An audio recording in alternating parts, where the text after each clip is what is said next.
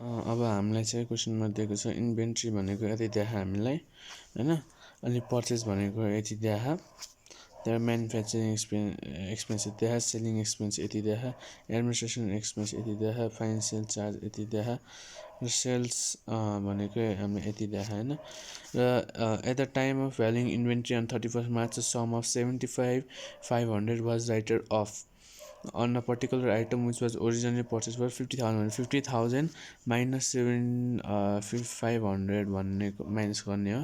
त्यो retail minus गर्ने हो, र बाँकी भएकोलाई पनि माइनस गरेर यति आउँछ हाम्रो बाँकी भएको इन्भेन्ट्री। र was sold during the year for 45,000 मा सोल्ड भएको रे। bearing the transaction relating to this 45,000 sold हुँदाखेरि चाहिँ सेल्स हाम्रो यति कट्टा भयो। र bearing the transaction relating to this item the gross profit earned during the year was 20% on sale हुन्छ भनेको छ। अब हामीलाई ओपनिङ स्टक चाहिँ अगाडिको काटेर यति बाँकी भएको थियो भने चाहिँ मैले, र पर्चेज हामीलाई यति दिएको छ, र हाम्रो चाहिँ म्यानुफ्याक्चरिङ एक्सपेन्स हामीलाई त्यति दिएको छ 1500 देखा, र हाम्रो यति बाँकी भएन। यो भनेको चाहिँ हाम्रो ओपनिङमा यति भयो, पर्चेजमा यति भयो, म्यानुफ्याक्चरिङमा यति भयो, र सेल्स भनेको हामीले यति गराएको छ। र जिपी हामीले दिएको छ 20% देखा हामीलाई 20%, हाम्रो सेल्सको 20% भनेको यति भयो। र क्लोजिङ हाम्रो के अरे ब्यालेन्सिङ फिगर चाहिँ यति बाँकी रहन्छ हाम्रो, त्यहाँबाट ट्रेडिङ अकाउन्ट बन्यो हाम्रो। त्यसपछि हाम्रो चाहिँ Karan limited prepare the account for financial year ended in 31 March 2019 due to this unavoidable circumstances actual stock has been taken on 10th April 2019। On 10th April 2019 the stock was 2,50,000. Following details are relevant. Sales are entered in sales book on the day of dispatch and returned inwards in the inward book on the day of goods received back. And then purchase are entered in purchase book on the day and the invoice are received भनेको त्यही दिनमा भएको छ भनेको सबै। There are sales between 1st to 9th April is 40,000 as per sales book। अनि त्यहाँबाट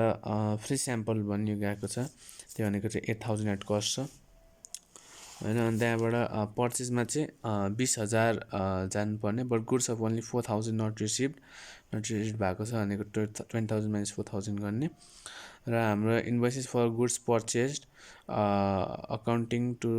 40,000 were entered on 28th 2019 but goods were not included भनेको 20% गरिदिने, त्यसलाई 20% गरेर भनेको छ हामीलाई। त्यहाँबाट अब भ्याल्यु अफ स्टक भनेको हाम्रो सुरुमा 2,50,000 देखा, सिओजी भनेको अब 32,000 भयो किनकि 4,000 माइनस 20% भनेको यति भयो। फ्री स्याम्पल हाम्रो 8,000 थियो भनेको थियो, र पर्चेज हाम्रो चाहिँ 16,000 किनकि फिजिकल रिसिट भएको हामीलाई त्यतिमा त भएको थियो, अब टोटल हाम्रो यति भयो।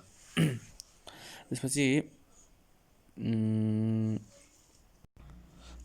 profit and loss of Hanuman showed a net profit of 80 after considering the closing stock 80 on 31st March. Subsequently the following information were obtained भनेको अब यिनीहरू छ भनेको पर्चेजमा इन्क्लुड भएको छ, इलेक्ट्रिक फिटिङ भनेको पर्चेजलाई नै घटायो यसले भनेको 5,000 घटाएको छ। Hanuman gave away goods at free 84,000 at free samples भनेको जसको चाहिँ एन्ट्री भएन भनेर बुक्समा। Invoices for goods amounting 80 have been entered on 27 March 2016 but goods were not included in stock. In March 2016 goods of 2 lakh sold and delivered were taken in sales for April 2016.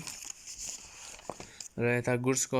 costing 75,000 were sent on sale or return in March 2016 at a margin of 33.13% on cost. The approval was given in April 2016. These were taken as sales for March 2016. र अब हाम्रो net profit हामीलाई सुरुमै दिएको छ यति भनेर हैन। अनि अब 5,000 भनेको चाहिँ अब इलेक्ट्रिक फिटिङ हाम्रो पर्चेजमा भए भने चाहिँ अब पर्चेजबाटै गर्नु पर्यो, त्यहाँबाट प्लस 5,000 गर्नु पर्यो, पर्चेज नै गर्नु पर्यो। यसलाई अब 40,000 प्लस त हुन्छ हैन, किनकि अब 4,000 त स्टकै भयो, तर माइनस हुन्छ किनकि फ्री स्याम्पल हामीले यतिकै दिएको छ त्यसैले माइनस भयो त्यो। अनि क्लोजिङ स्टक यति देखा भनेको छ हामीलाई। अनि त्यहाँबाट के अरे 20,000 को 2 लाख 2 लाख 2 लाखको चाहिँ के अरे सेल भएको छ भने र माइनस चाहिँ अब हामीले कति गर्नु पऱ्यो भन्दाखेरि चाहिँ अब माइनस चाहिँ 75,000 चाहिँ हाम्रो क्लोजिङ स्टक भयो 75,000 भएर अनि यो चाहिँ किन यो चाहिँ प्रमोसनल एक्सपेन्स भयो किनकि हामीले फ्री स्याम्पल हेर्दाखेरि प्रमोसनल एक्सपेन्स भयो त्यहाँबाट माइनस गर्नु पऱ्यो त्यहाँबाट इन्भोइसेस नट इन्क्लुड भनेको क्लोजिङ स्टक यति देखाएको थियो होइन अनि त्यहाँबाट फेरि इन्भोइसेस नट इन्क्लुड यो 25,000 के अरे 2,50,000 भने होइन यति भनेको अनि त्यहाँबाट गुड्स एज अप्रुभल भनेको चाहिँ 75,000 अप्रुभल भन्ने छ यहाँ माथि वेस्ट सेन्ट अन सेल भनेर बेसी छ अनि त्यहाँबाट यति आयो अनि एडजस्टेड एनपी चाहिँ अब यति भयो हाम्रो अब अर्को क्वेसनमा चाहिँ स्टक अन 31 डिसेम्बर 80,000 भनेको होइन 80,000 छ होइन त्यहाँ अनि त्यसपछि एक्सेस टोकन टेकन र अन्डर कास्ट 200 छ होइन अब के छ भन्दाखेरि चाहिँ अब page total of 5,000 had carried to summary sheet 6,000 भनेको होइन अब एक्सेस भयो यहाँ हाम्रो त्यसले अब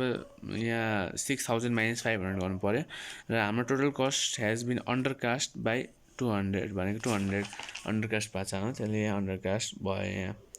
अनि त्यसपछि पर्चेज जनवरी टु मार्च भनेको 70,000 goods already taken in December भनेको 3,000 यहाँ चाहिँ 7,000 भने out of which 3,000 related to goods were receive to यति भइसकेको थियो भनेको छ अनि यहाँ पनि त्यही कुरा भयो since the purchase of 4,000 is not entered in March so it should not be a part of March भने होइन अनि अब के छ भन्दाखेरि चाहिँ सेल्स हाम्रो यहाँ 90,000 देखा 90,000 माइनस 5,000 प्लस 4,000 गर्नु पऱ्यो होइन प्लस 4,000 गर्नु पऱ्यो होइन अनि त्यहाँबाट यो 90,000 है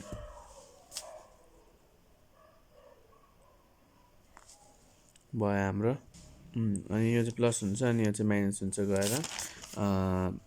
किनकि अब this related to goods dispatch भइसक्यो भन्छ होइन तर अब अरू चाहिँ बाँकी छ नि त हाम्रो 4,000 त बाँकी भयो हाम्रो 90,000मा त्यहाँबाट 4,000 बाँकी भयो तर 5,000 गयो भन्दाखेरि चाहिँ अब कति बाँकी भयो भन्दाखेरि चाहिँ हामीसँग 89,000 बाँकी रह्यो त्यसमा 1,000 माइनस गर्नु पऱ्यो हामीले क्रेडिट नोट इन्भोइस गराएको छौँ भने अब हामीले क्रेडिट साइडमा राखेको मान्छेलाई डेबिट गर्नु पऱ्यो भन्न खोजेको त्यहाँबाट माइनस गर्नु पऱ्यो हामीले त्यहाँबाट 88,000 भयो अनि यहाँ हामीले कति पर्सेन्ट देखायो भने 25% भनेको 1/4 1/4 अब कस्टमा छ भने अब सेल्समा लानलाई 1/5 गर्नु पऱ्यो भनेको इन्टु 1/5 भनेको प्रफिट हाम्रो यति भयो र सिओजी चाहिँ हाम्रो बाँकी भएको यति अमाउन्ट भयो त्यहाँबाट क्लोजिङ स्टक भनेको 75,800 भयो बाँकी अनि अब सेल्स यहाँ भनेको यहाँ सेल्स क्यासमा गराएको छ भने cash account debit to sales account हुन्छ क्रेडिटमा चाहिँ डेटर्स टु सेल्स हुन्छ र इस्यु क्रेडिट टु पार्टी भयो भने चाहिँ हामीले गऱ्यो भने चाहिँ सेल्स रिटर्न टु अस हुन्छ सेल्स रिटर्न हुन्छ